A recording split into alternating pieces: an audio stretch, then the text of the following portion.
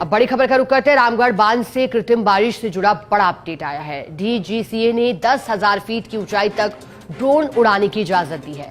अब एटीसी ने एनओसी मिलने का इंतजार किया जा रहा है। एनओसी मिलने के बाद तय किया जाएगा ड्रोन उड़ने का शेड्यूल। एक्सेल वन कंपनी के जनप्रतिनिधियों ने जानकारी दी है।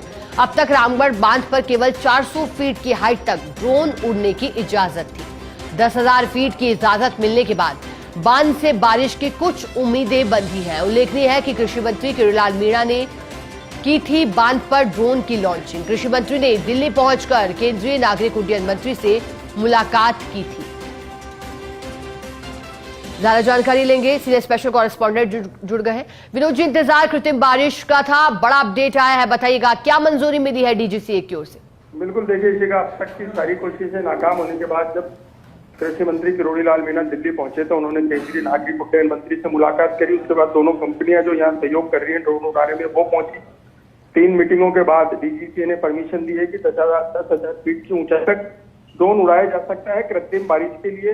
हालांकि उसका शेड्यूल जारी नहीं हुआ है, लेकिन उन्होंने एनओसी के लिए एटीसी यानी एयर ट्रैफिक कंट्रोल से मिलने के लिए कहा था और जयपुर में एयर ट्रैफिक कंट्रोल के साथ आज मीटिंग होनी है। बताया जा रहा है कि तय हो जाएगा कि कौन सा शेड्यूल रहेगा और अगर एनओसी मिल जाती है तो एक उम्मीद की किरण बनेगी कि रामगढ़ बांध में भी देश की पहली कृत्रिम बारिश देखने को मिल सकती है। देश और दुनिया देखेगी कि ड्रोन के माध्यम से कैसे कृत्रिम बारिश होती है। हालांकि वो अभी एक सपना है, सपना पूरा होता भी दिखाई देगा। लेकिन सबसे अच्छी बात यह है कि जो 10,000 फीट की ऊंचाई की परमिशन की इजाजत मिलने की बात चल रही थी, जिसको लेकर के संशय भी था कि डीजीसीए इजाजत देगा या नहीं देगा, क्योंकि पहला प्रयास देश में और देश दुनिया में और रामगढ़ बांध जो जयपुर की लाइफलाइन रही उससे शुरुआत होगी। तो अच्छी बात यह है कि परमिशन मिल गई।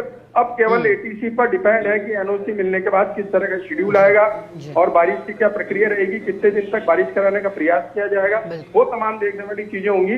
लेकिन अच्छी बात यह है कि डीजीसीए ने परमिशन दी थी, अब एनओसी का इंतजार। ठीक है, बहुत शुक्रिया आपका विनोद जी साथ जुड़ने के लिए।